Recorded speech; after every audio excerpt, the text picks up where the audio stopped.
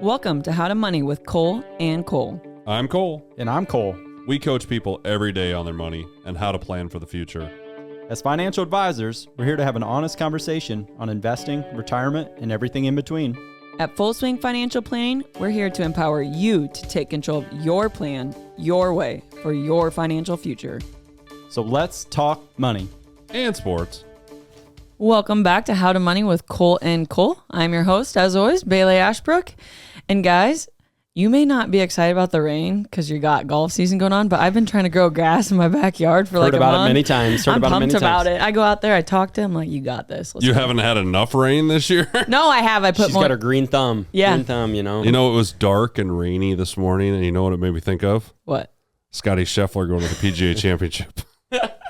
Getting arrested. Okay, I don't know the full story. My husband was trying to tell me I wasn't listening. So he was basically going around an accident and got arrested. Yeah, it stinks because someone actually died. Like the shuttle bus that takes people, I think, to and from the facility, it must have hit someone or something. It's terrible. So hit a pedestrian. They had stuff like my blocked gosh. off, but the PGA players were told they could still go through. They were the only ones allowed through. No one else. They have PGA cars. Yeah, They're in a car that has PGA on the side. It's like the players, they all get assigned really? a car when they go to these places. And and he went through and kind of went through a barrier, I guess, or a cop was saying to stop. And he kind of drove around and supposedly drugged the cop a little ways. And then.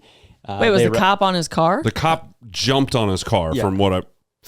Yeah. But there was no cop footage, is what I read. There's no body camera. I guess he had it was really dark and rain. It was kind of dark and rainy. Like no, today. it really was. And they had those yellow high vis vests on, so he looked like just like a security person. Not so a he police probably didn't. He was officer. like, "Oh, this guy probably doesn't know Yeah. I'm part of the PGA. I gotta get there. Like, I'm just gonna casually." And those situations are flustering. I hate when they're like waving. You're like, "Am I going? Are you going? Like, what are we doing?" And it's terrible. Yeah, so he gets arrested at 6 a.m., supposed to tee off at 10 a.m., and he makes his tee time, and he birdies the first hole. Did he? So, yeah, he played well. Made birdie on the first hole. He shot 8 or 6. I mean, that's just how good he is. They said when he got there, he like made a funny joke. Oh, well, how you guys doing? Something. He just was booked in jail, and his mugshot was all over. Yeah. I read he was warming up. In the cell, The yeah, cell. he was stretching and warming up, like going through his routine in the cell with his jumpsuit on. That's a story. I heard he's like an incredibly nice guy too. So everyone. That's was the like, thing is like when I woke up on Friday morning. I was actually in a hotel room and I turned on the TV and I start watching SportsCenter and I'm like, what? Scottie Scheffler got arrested because you think of these other athletes, what did he do? Like I'm like, especially at 6 a.m, right? I'm like, man, he seems like a really stand up dude. And then I started listening. I was like, oh, okay, so he didn't get in trouble for like drugs, alcohol. Like it was just a kind of a misunderstanding. That was the first thing I You're thought. like, oh my gosh, he's a bad guy. Did he get a DUI? Did he get a DUI at 6 a.m. driving to the golf course? That's kind of what I thought. I was like, when I first saw it, I'm like, gosh, what was he doing at 6 a.m? But he was going to his tee time. That's how early those guys show. I mean, they tee off at 10. I show up at 9:15. They show up at 6 a.m. My brother's there like 3 minutes before. So Right. Your brother also learned how to golf with YouTube, right? Yeah, basically. And what else is going on? I mean, the fever, slow start. Yeah, our girl Caitlin Clark struggling a little bit. I think it's new. You got to remember, she just played a full year. I don't think she's. I mean, I think she's going to be just fine in her career. Like, oh yeah. I just think the team definitely lacks some. I think the physicality of the WNBA until you watched them play, like I haven't watched a lot of WNBA. Just admittedly, I just started watching it recently. Like you and everyone else. I watched that first game and she is just getting bumped like crazy, and you don't realize it. Size, like just the size and like the length. Yes, I like some of those they're ladies. all Kelsey Plum. I look at her and I'm like, look at her from college now. She is ripped, like full muscle. Well, I mean, they're like, full-time athletes. I mean, you are in college too, but I mean, you mature and you're not doing school. You're dedicated to that. That's your craft. Well, I think the WNBA above any other professional sport. There's only 144 women that play. So the best. So it's the best of the best. And you're playing the same teams all the time. Yeah. Right. So you got 144 of the best players in the world. I mean, that is a small percentage, right? So, and everyone's giving her some extra shots. They're getting some extra hard screens. They want a piece at her. Yeah. I'm like, don't lose your charter flights, guys. She's going to struggle for a little bit. I mean, it's going to be an adjustment period. I would say 2-3 years. I was trying to talk to my son about this because he can't understand why she wouldn't, he's 10 years old, and why she wouldn't be just doing, scoring 50 a night again.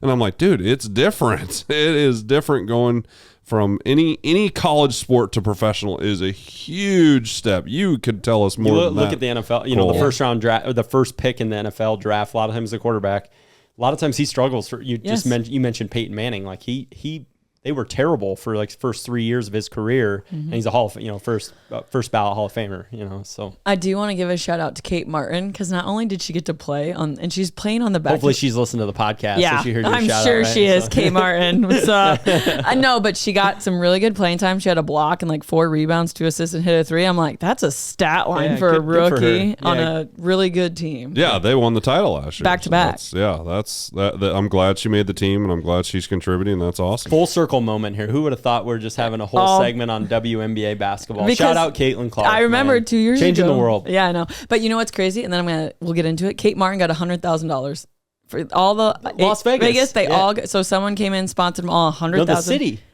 Yeah, excuse me. Yes, thank you. And so I told me and my sister were talking about this. I'm like, think about this. Kate Martin was like, I'm not coming back my 5th year, like technically COVID year. I'm not coming back. Caitlin begged her to come back. Had an incredible year, and then made the WNBA. She wasn't even supposed to be picked. She just went to support Clark, and now she's playing on the best team in the WNBA and just got $100,000. And now she's making more money than Caitlin. I'm like, well, technically, salary-wise. That's cool though by the city. That's kind of neat. You might see more of that coming. You might see more of that coming. Yeah, it was like the tourism convention. Cool, really cool. Mm-hmm. Awesome. Let's get into a way more fun topic than sports. Yeah. Student debt, college savings. Woo. But in honesty, it's a very, very important conversation. It's a conversation that comes up a lot with clients, particularly younger clients or even grandparents, like, how can I help? But I think it's really important because obviously college debt is hurting a lot of Americans. And some statistics here. As of 2023, the student loan debt, federal and private, in the U.S. is around $1.7 trillion. There was a slight decline in 2023, making the first ever annual decrease. But the average borrower owes around $28,950. But this can vary depending on the institution. Well, let's talk about how we can help be a positive impact on those numbers. And we're going to talk, a little bit about student loan, but college savings specifically, some different strategies. And shout out, it's May 29th. College savings National 529 Day, May 29th. We're at the end of school, going to graduations, kids talking about their plans. So, oh my gosh, I just realized May 20th, the 5th month, 29th day. I didn't catch that before. When you said that, I was like, all right, I get it now. 529. Yeah. That's funny. Good. I don't know where you guys, and I think I've talked to Bailey about this, but I don't plan to pay for all of my kids' college. I think I will help them, and when we've started some 529s, but I also don't expect them to pay for all of it, especially if they're good kids, get good grades. I plan to help them out. But I also think there's a stigma out there that our generation has to pay for college, and I just don't understand that. I don't get it. I definitely don't anticipate paying for all of it. I do not want it to, if they're really good kids and doing well in school, like the great part about having, and we'll get more into this, a college savings plan is you're the owner, you're in control. So I don't have to, if they're making poor decisions or not having good grades, why would I pay for someone in college that's not making it worth it? But my point is, it's going to be very expensive. I don't see the cost getting any cheaper. And I don't want my kid to have a terrible financial start in life because they, you know what I mean? And you just never know what career path they want to go down. But having the conversation with my kid, I will help you if XYZ happens. If you have a plan, if you know what you're going to college for, I don't want to just spend for you to go and have this experience. You talked about that while we were off air. Like, I think the biggest conversation to have when your kids are going to decide where I'm going for college is, what are you planning to do? Now, did we all know what we were going to do when we went to college? Of course not. But what is your plan when you get out of college? Because if your plan is to get a 4-year degree in general studies, and not that there's anything wrong with this, but like go work at McDonald's or go have a lower paying job. No knock on McDonald's. There are some or even higher entry starter job. Just entry job. Say you're going to start your salary at $30,000 or $35,000 a year. You do not want to go to Drake University, or Grinnell. I love Drake. My wife went there, but at $50,000 a year and take out $200,000 worth of debt to make 30. Like, that doesn't make sense. Go to a community college, do something like that. So you need to have a plan in place if you're going to go somewhere where you're going to take 4 years of loans, 4 years of college. Okay, great. Then you're going to go to graduate school or get your doctorate and have to make, $100,000 coming out of college. That would make sense. I agree, because not everyone needs to go to college education for what they're doing. Now, like, do I want my doctor to have education? Absolutely. Do the teachers need to have education? But I think obviously people change their minds in the career paths, and that's fine. But like, if you have a plan, like you said, and there is no point of accruing, let's say, 70,000 of debt, and then you're going to make 30,000. That is just not a financially wise situation. And it's going to be incredibly hard to get ahead out of college. I think people underestimate the value of, like, we have a great community college in our town. We're in Fort Dodge, it's Iowa. Gorgeous. Iowa Central Community College, adding programs all over. Shout out. We all know a lot of people that went there. And DMAC and Kirkwood. Yeah. Iowa Central 2 years. There's a lot of good community colleges all over the country, but Iowa has some really outstanding community colleges. You get exposure to so much. You take a lot of those because a lot of times in college, if you don't know what you're going to anyways, a lot of the first year, you're taking about the same classes regardless of what major. And at least at Iowa Central or DMAC, any of these community colleges, if you're like, hey, I'm kind of interested in accounting, let's take an accounting class and see, can I do this for 4 years? Do I want to do this at a much lower cost, level? Now, if you know you're going to be, okay, I want to go to med school. Great. You're going to probably get a biology degree, go somewhere. Yeah. You got a plan. All for it, but you can still research the schools, and not all. I mean, med school's expensive, but there are some high that are. You know what I mean? Is it worth going to the most expensive one? I have a lot of friends that are in blue collar industries that spent some time at 4 years universities, maybe got a business degree, which probably does help them at some point. But they're doing something that they did not need to go to college. They needed work experience. They needed real world experience out in the world. Now, you do get other experiences and, other things from going to college, interactions, things that are valuable. But a lot of times, is the cost benefit analysis worth it on that cost you incur to go to school, and then turns out, hey, you should have went to trade school, become a plumber. And like my husband? Yes. It's a prime example. I was wondering how long it would take until Bailey brought up Luke's experience. I think you should tell that. And it is a good experience. I know it's kind of a sore subject between you two, but yeah, that's long gone. But you go ahead. This is a prime example, and my husband actually, not knocking his parents, I just don't think that was talked about. He's like, I wish someone would have just talked to me. Like, they basically like, oh yeah, you can take out these loans and you can go to school. Obviously, he had extra loan money, so that was booze money on the weekends, and that was a lot of booze. But I'm just being honest. He was like, I wish I would have realized I was gonna have to pay all this back. So Luke went to Iowa State, or we went to Iowa. He went to Iowa Central for 2 years. And then he went to Iowa State for 2 years, did not graduate, not the point, but he incurred all this college debt, and he then doesn't graduate, and then goes into plumbing school and goes and does the trade for 2 years. And he's just like, wow, I could have went to the trade right after Iowa Central, eliminated $40,000 of student debt that we had to pay. That's what Cole's talking about, like the stickler. I'm like just come on, Luke. I love you, Luke, but gosh, but no, he didn't know better. People, I think having the conversations with your kid is just as much important. Like, I think we expect 18-year-olds to know, like, okay, that you're signing up for that loan. You don't really understand what that debt weighs to you because you don't know what it's like to be an adult with real bills and invest and save for a house and all those things. So obviously he does well now, and we paid that off aggressively because it was like a sore on our arm I couldn't get rid of. Yeah. But it is a really good conversation to have with your kids. Do you really want to go to college to be X? Or would you want to do a trade? Or can we do some courses in high school to eliminate this amount of money? Or can you go to Iowa Central for 2 years and then I'll help you the next 2 years at Iowa if you really want to do that? You know what I mean? It's just having those conversations. Do you really want to start your life off in debt at a high interest rate that's going to hover over you until it's gone? And we have we all know we have a debt problem in the U.S. right now, consumer debt, government debt. And it's one of those things, if you can have a positive impact and kids aren't thinking about that, right? So as a parent, more talking to, on the parent level of like, having that conversation. Now, you can't force anything on your kids. And if they want to do X, Y, Z, when they get 18, just educate them. But it's one of those things, if you can get out of school in as little debt, get that education, have a path in as little debt as possible, It's going to set you up for life and be, being able to be financially free, later on in life or earlier than what you would have been incurring that debt. And I was going to use this for dollars and cents, but there was a study that New York Life did in 2019. So this was pre all the COVID stuff, but the average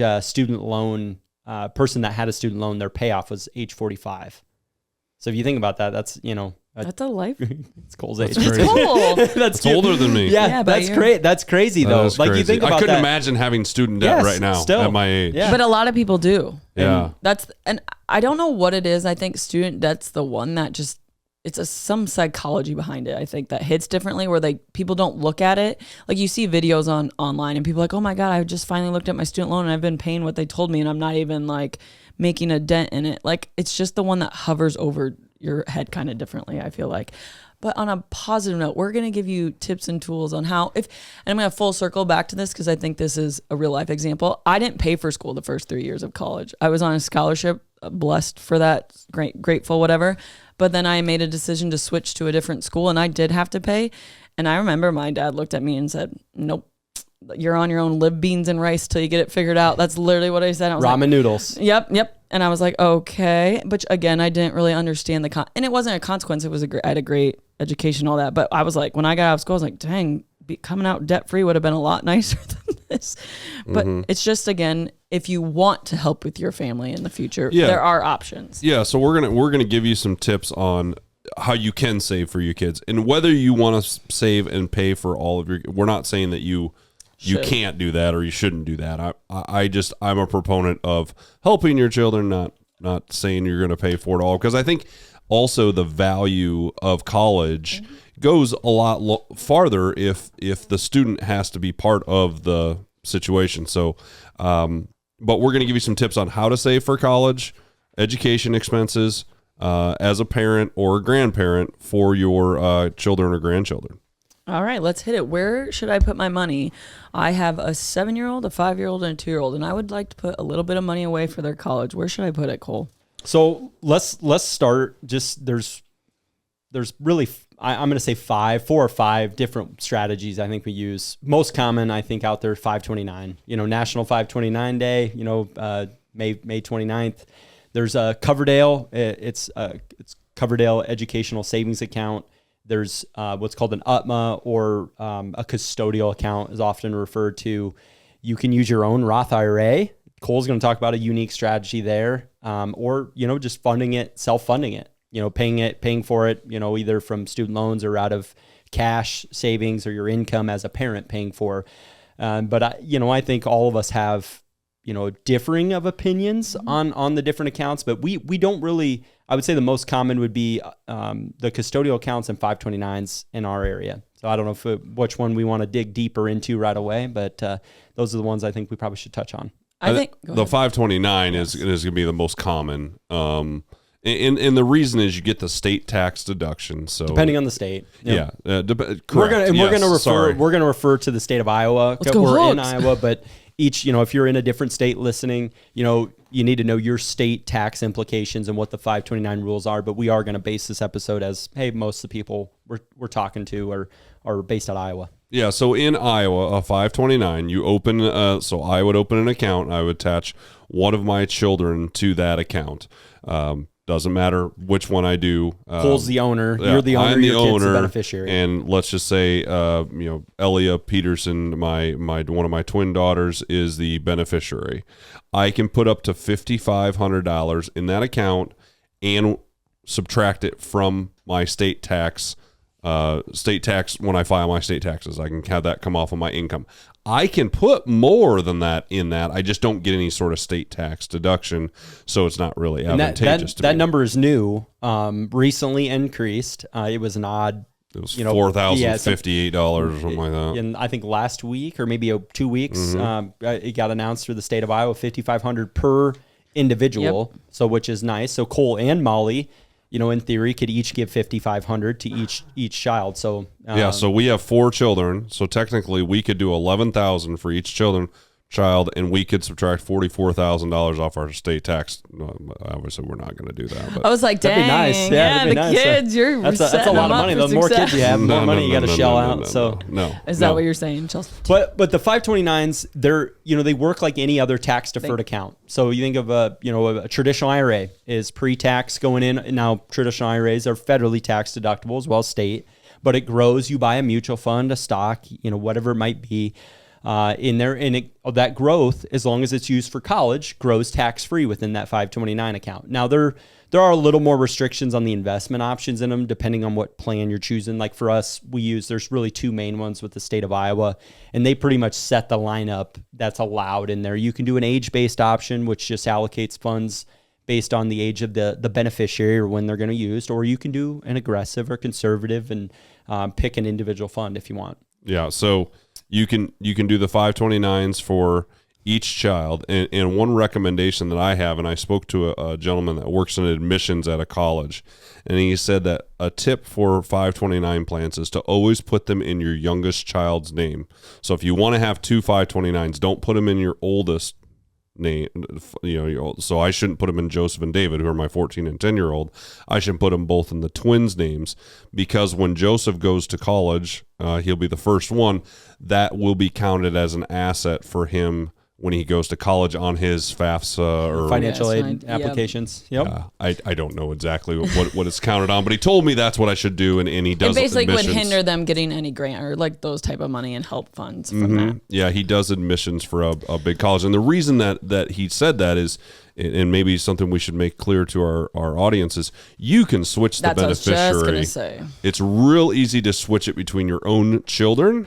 Now, switching it from your child to a cousin or something like that is a little bit more difficult, and you want to make sure that you follow the rules when it comes to that. But between your own children, it's real easy to do. I just switched them both to my daughter's names because they're my youngest children, and all I had to do is fill out a form. So I think we should talk a little bit about the conversation on, because I get this a lot. People, I have a client or a couple I'm working with that they're due in July, and they started asking about 529s. Their child's not even here yet, and they want to know, well, what should I save? And I think your opinion of what you're going to pay for college for your kids maybe differs than mine to Bailey's. And I think first and foremost, it's having that conversation of, what percentage or what would you like to, think in an ideal world, what do you want to save for this child? And maybe you're like, hey, I want 50%. I want to pay for 50%.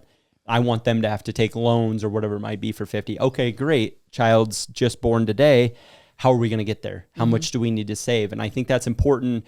And that can maybe dictate the strategy you use. It might not be a 529. Maybe there's some of the other strategies that you go into. But first and foremost, just like when we're building a retirement plan, it's the same type of deal. It's like, hey, let's set up the goals and objectives first, and then let's figure out what strategy makes the most sense. Obviously budgetary constraints always matter too. And I do think it's interesting how many people are interested. I get that question just out and about. Like my friend the other day was like, hey, I have this much money for my kids just sitting there saving. Should I? I have a lot of people that have savings accounts for kids. Yeah. And they're always like, I don't know if they're going to go to college. And I think I'm a proponent of 529s. And the reason I like them is because, one, I like the separation. I like that 529 is for my child. And I said this, if they're doing well, they're working hard, I am fine with supporting their college if that means they can get a leg up, because when they get out of college, if that means they can save quicker for a house or whatnot. But you can move it to a different child. Let's say Day's like, I want to be a plumber like Luke. Okay, well, I have this amount in Day's account. Now I can move it to Collins, and maybe I make a deal with Day. If you get done with plumbing school, I could help you out different ways. There's just so many ways to save for your children, but it's very interesting. I do think it's a topic we hear a lot about, and I don't know if it's because they're like, oh, I started with student debt and I wish I wouldn't have because I could have done X, Y, Z. I strongly recommend people to really educate themselves. If you're not working with a financial advisor, educate yourselves on 529 now. SCEAR Act 2.0 made the change, with the ability to be able to convert $529 that are maybe not used for college. Say a kid does go to a trade school and decides to be an electrician or plumber, and there's $30,000 in that 529. They now have the ability to convert that over a period of time into a Roth IRA, and now that $30,000 is now in a tax-free savings vehicle. It's tax deferred. used properly, it's tax-free for their, really a jump starter in their retirement plan. Well, and I have a client that right now, they are still putting money in. They're going to do the $5,500 to get the Iowa state tax deduction. Excuse me. I couldn't remember the word. But then they're turning around and they're withdrawing $5,000 a year, and he's only 9 years old, but he goes to a private school. So you can take up to $10,000 out of 529 to pay for private school K through 12. So you can use it before college too if you want to. So I'm just giving you it's more flexible than people think. Yes. Agreed. People think like, oh, you've got to use that for only college education. It's only certain expenses. Well, you can use it for room, board. You can use it for K through 12. You can roll it to a Roth IRA. There's a lot of different things. Where people need to be cautious is if they are going to fund it very aggressively, very early on in a child's life, and then where they get an abundant amount of money in there and they don't go to school, and maybe you have a small family and you're like, oh, I'm saving $5,500 a year or $11,000 from day one. Say you're a high income earner, have a child, and all of a sudden you're like, well, I'm projected to have $250,000 in this thing. Right. You can't convert that whole $250,000. It's $35,000 is the max you can convert into the Roth. So you do want to be aware if you were maybe aggressively funding too, there might be a different strategy that you want to put some of the money. Maybe you do a partial. And that's what I do personally. I put some in a 529 because I don't plan on changing the beneficiary of mine. I'm like, I want it to go. It's earmarked for that child. This is earmarked for that child. I'm saving the same type of strategy budget wise for them, but I'm also doing a custodial account to where if they decide never to go to school and they want to start a business, they're going to have a bucket that either they can keep investing and let it grow, or they could pull out for a wedding house, start a business. Hopefully they just leave it. But I only have 2 kids. It makes it easier for me. It makes it easy for me. But I always kind of just play it of like, hey, you can't touch this. They both just think, oh, it's money I'll never be able to touch till I'm way old. So. I do want to go into this because the custodial account. So with a 529 too is you, the owner, the parent, have full control. So if you don't want to give that money to that kid, and I'm not saying this, but I always think, okay, if Day's 21 and he's being a little craphead and just partying his life, I'm not going to give him money. I mean, so he's Luke when he's 21. Yes, exactly.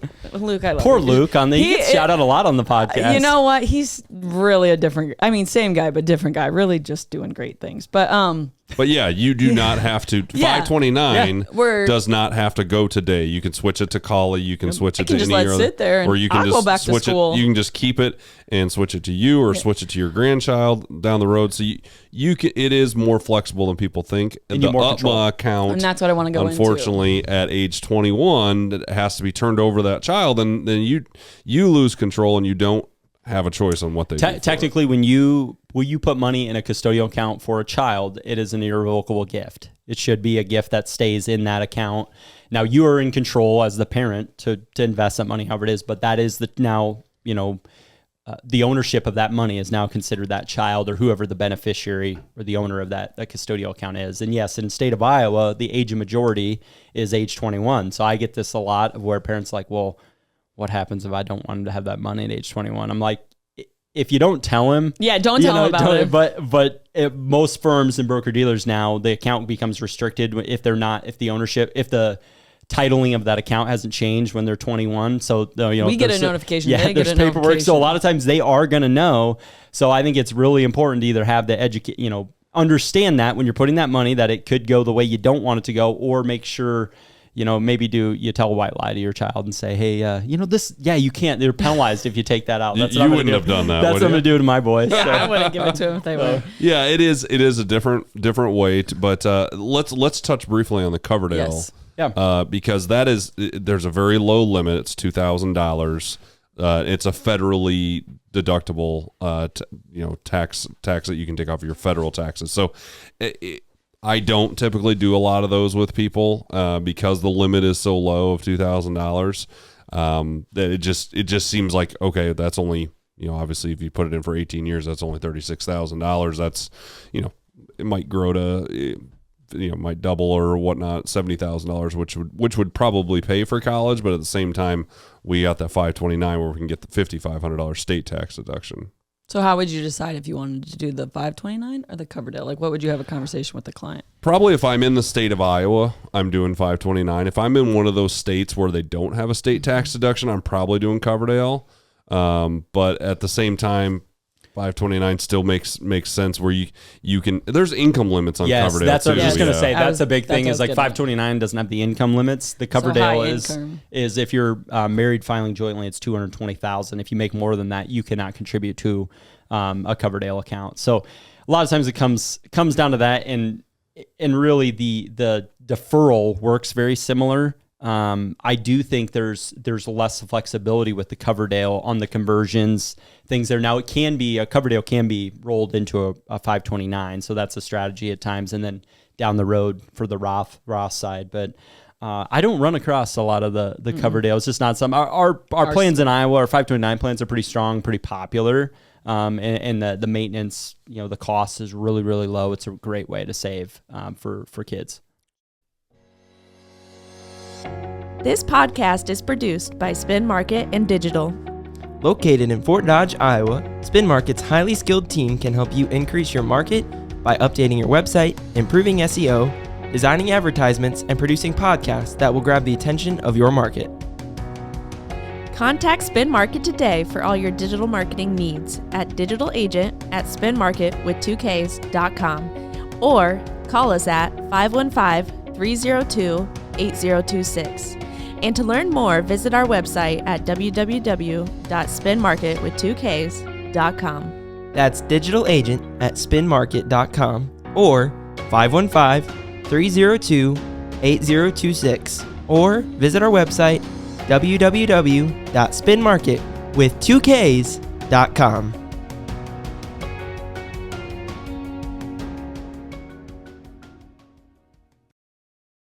Let's do a little dollars and cents. Dollar bills, y'all.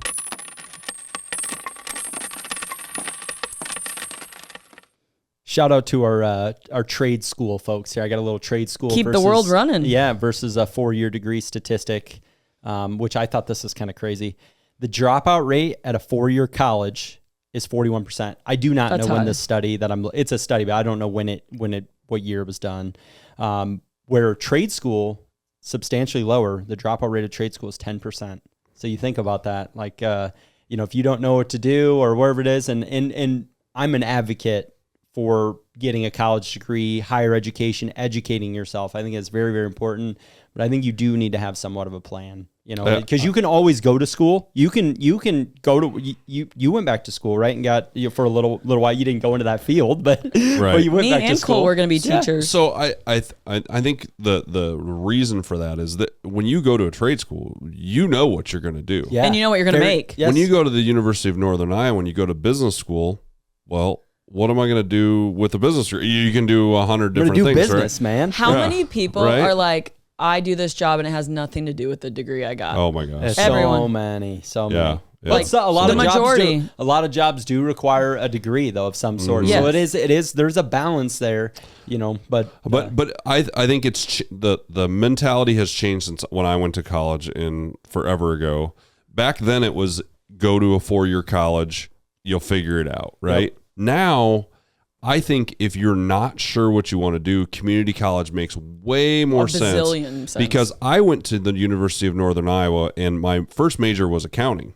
And I thought, I took this accounting class in high school and I liked it, so I'm going to do accounting. Well, I took one accounting class in college and figured out I'm not doing accounting. Cole J loves accounting. And switched my major in my sophomore year to business management, which is what I ended up graduating with. But if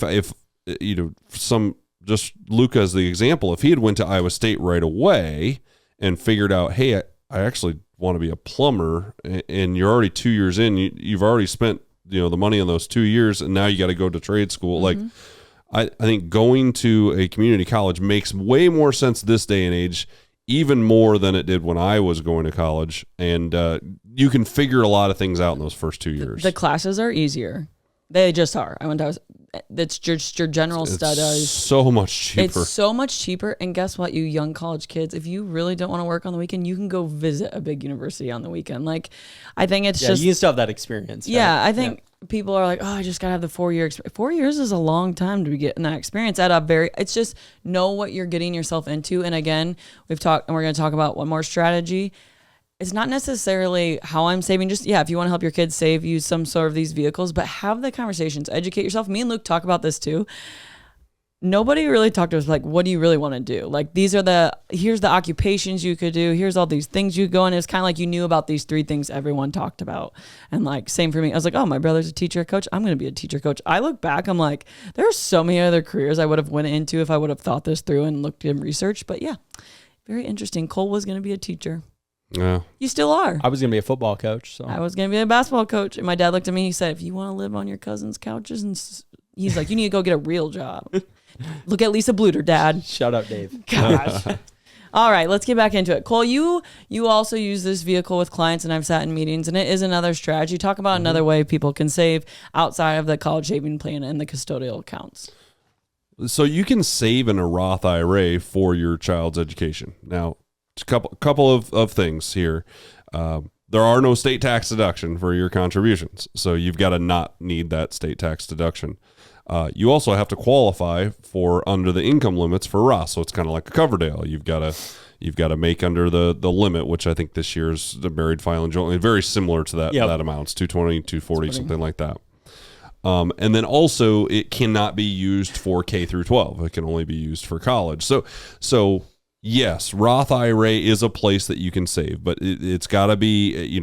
I've got a client that does this, and they're married filing jointly. They make good money, but they don't make over the limit.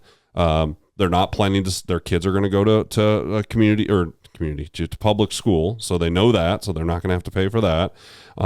And they don't really need the state tax deduction. They always get a refund back on their state tax. So they're like, okay, Roth IRA makes more sense for them because if their kids do not go to college or need that money, it's in a Roth IRA in their own name, in the parent's name, and they can just use it for their retirement savings. So that gives you even more flexibility that it's not in a 529, it's in your Roth IRA. And hey, I can just save it for my own retirement and have all the tax advantage of a Roth IRA along with it. It's again, I think we're coming full circle here of there's a lot of ways to save. Pros and cons to every single one. And you don't have to save, right? That's the other thing is like the great thing about it is like, hey, you can, just be like my dad. Good luck. Here's the real world. Yeah, help them, educate them as much as you can. But if you don't have the means to save, not everyone, there is that perception like, hey, we've got to pay for college for our kids. And it's not always the case. It is nice if you have the means. I think it's, why wouldn't you if they're, respectable, having good grades. You are paying for a good thing. Yeah. Education is a valuable thing for someone to have in their life. But I just advise, anyone that's, have young children or in that college planning, phase of life, have the conversation, whether it's with a financial advisor, your CPA, or someone that's educated in that arena. And I think, again, because I feel like student debt is obviously a big topic in the United States, have the conversations with your kids if you can. Like, I think sometimes we do our own financial journey and we kind of like want our kids to be part of the puzzle, but we really don't explain what we're doing. I think how powerful is that conversation if you can explain to your kids, this is the vehicle I'm using, this is what it could help you with in college if you stick to these standards of living. And we're not going to go to the most expensive college because you want to go party there. Like, you have requirements that are needed out of you. I show my soon to be 8-year-old his accounts. He's got a custodial and a 529, and I like to show, because we talk about the stock market, and like, mom's always he's gonna be such a nerd. Like, what's daddy? He's like, what? Mom always says, what's daddy doing? And he doesn't really quite understand that we're helping. You just said we coach people, but he sees the green and red. I'll show him that. Like, oh, anyway, how much money do we make today, Dad? Like he'll ask me that. Like, how much money do we make today? And I'll show him, awesome. We went down at $80 or whatever, whatever it is. But those are things like, and I'm not purposely like, hey, here's what that mutual fund does or anything, but like that understanding. The power. Like, hey, that money is growing, and he sees it, and he kind of understands like, hey, I want to get to this amount. So it's a cool thing to see, and I can see the wheels turning for him. So I do want to add one more thing too, because I just had friends the other day that asked me this, and I feel like it's a hot conversation too with not younger, but people with young kids, I should say. That would make sense. Hey, I just have some of their money in their savings account. What should I do with that? Because I had the same thing day in college, like the piggy bank saving, you just throw it in the bank. That's not really doing anything for them. Obviously, we know that, and there's these vehicles we can use, 529, UTMAs, whatever you'd like, but sitting their money in a savings account, you might as well just 18 years is a long time Yes. to keep money in a That's not savings making any account, money. not making much money. And I've had people that are like, well, I just don't want to take, I don't want to take any risk. I don't want to lose it. Well, over 18 years, Right. the chance of you losing money in the market over 18-year time period is pretty low. I think if you took any 18-year period, you're still taking risks with inflation. That money is never going to keep up with inflation. That's what people. I mean, go stick in an index. Go stick in the S&P, and I think you could just ask anybody, if you stick $100 in a stock, in any stock investment right now, or you put $100 in savings, what do you think is going to be more in 18 years? Yeah. Everyone's going to say the stock, right? So just use one of the vehicles. Don't put it in a saving. I think that's the weakest thing you can do as far as saving for college education. Saving for a house or saving for a gift to give them, a wedding, whatever it may be. Yeah, then that's fine, but putting their education into a savings account or a CD or something like that, not a real smart decision to do. The longer time frame you have, the more aggressive it should be even for the child. That's the best thing you can do for the child is have them invested in a growth-based investment, especially if they have over a 10-year time horizon. I agree. And also, if you're just trying to, again, because a lot of this conversation, avoid student debt for your child, there are other things too. Like, make sure you're applying for scholarships, grants. Make sure they're looking to ton of scholarships out there. Yeah, so many that go unused work study programs. Look at them saving, like have them start working ahead of time. Like, okay, if you want to go to this university, you need to work in high school and save this much, and I'll match you, whatever it may be. Again, just avoiding debt at high interest debt is a great way to start your life. Love Bailey. She's our just anti-debt person, well, which is great. I know it is good. I know. What was the statistic? How many Americans are out of debt? 23% right now are debt free in the U.S. Yeah. So and how many people there are? Yeah. So I mean 77% are not debt free. Which is scary. And I try to be relatable to everyone. Like, we are blessed with what we can provide our kids. Some people, they're single moms. There's people on lower incomes. Like, you have to understand, not everyone, it's not just that for someone else, what we may be just for us, or even someone good at saving. And I think there's always ways to make money. So just like to educate people. Well said. An idiot with a plan can beat a genius without a plan. Warren Buffett. Go Cubs. Go Fever. You've been listening to How to Money with Cole & Cole, the podcast of Full Swing Financial Planning. To learn more, visit their website at www.fullswingfinancial.com and follow them on Facebook and LinkedIn. For now, I'm Cole. I'm Bailey. And I'm Cole. And we'll see you on the greens. 4. Securities and advisory services offered through LPL Financial, a registered investment advisor, member FINRA, SIPC.